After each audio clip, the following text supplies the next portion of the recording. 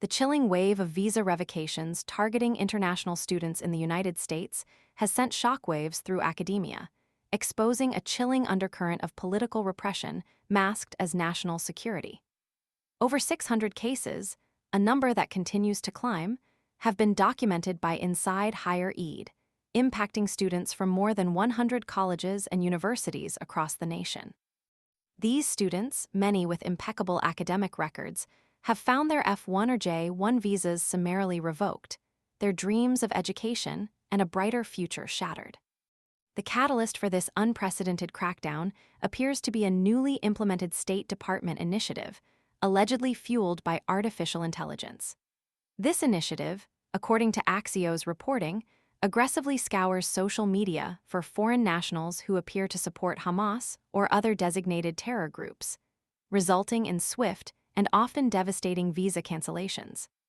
The scale of this operation, previously shrouded in secrecy, has been partially confirmed by Secretary of State Marco Rubio, who, during a visit to Guyana, casually dismissed the affected students as lunatics, while revealing that the number of visa revocations surpasses 300. His dismissive tone, coupled with his assertion that these actions are routine, paints a disturbing picture of a system operating without due process or compassion. The accusations levied against these students are often remarkably flimsy. While some cases involve participation in activism and protests against the Gaza war, actions protected under the First Amendment, others stem from what can only be described as minor crimes, such as traffic violations. This arbitrary application of justice, where political dissent and minor offenses become grounds for deportation, highlights a disturbing trend of targeting individuals based on their political beliefs rather than any actual threat to national security. This is a blatant attack on academic freedom and the principles of free speech that are supposed to be the cornerstones of American society.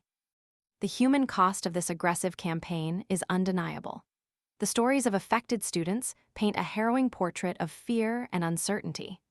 A previously compiled online data sheet, maintained by the affected students themselves, illustrates the breadth of this crisis, with students from over 50 universities reporting visa cancellations around April 4th. Their narratives detail how seemingly innocuous actions, police citations, minor traffic infractions, even the expression of political opinions, have been weaponized to justify their expulsion. The case of Felipe Zapata Velázquez, a 27-year-old Colombian student at the University of Florida, serves as a stark example. Detained and deported following an arrest for alleged traffic violations, his plight has ignited a campus protest, a testament to the growing outrage over these unjust actions.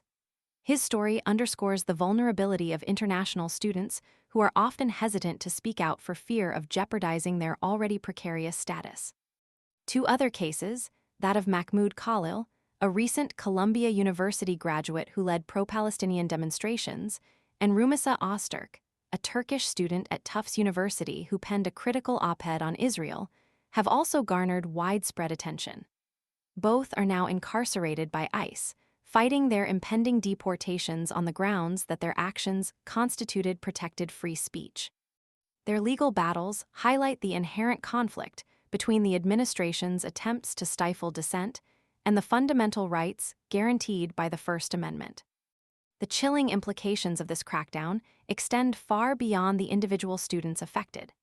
It sends a chilling message to other international students, discouraging open expression of political views and chilling the intellectual vibrancy of American universities. This systematic targeting of students based on their political beliefs represents a dangerous erosion of academic freedom, due process, and the very values that America purports to uphold. The potential long-term consequences for international education and collaboration are deeply concerning. The lack of transparency surrounding this initiative, coupled with the dismissive and derogatory language used by Secretary Rubio, only exacerbates the anxieties and reinforces a climate of fear within the academic community. This is not just a matter of immigration policy.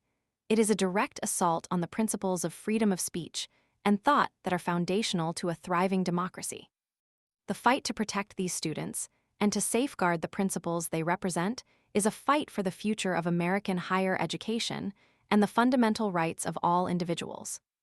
The silence surrounding these events is deafening, and a renewed commitment to transparency and accountability is desperately needed before this troubling trend silences even more voices.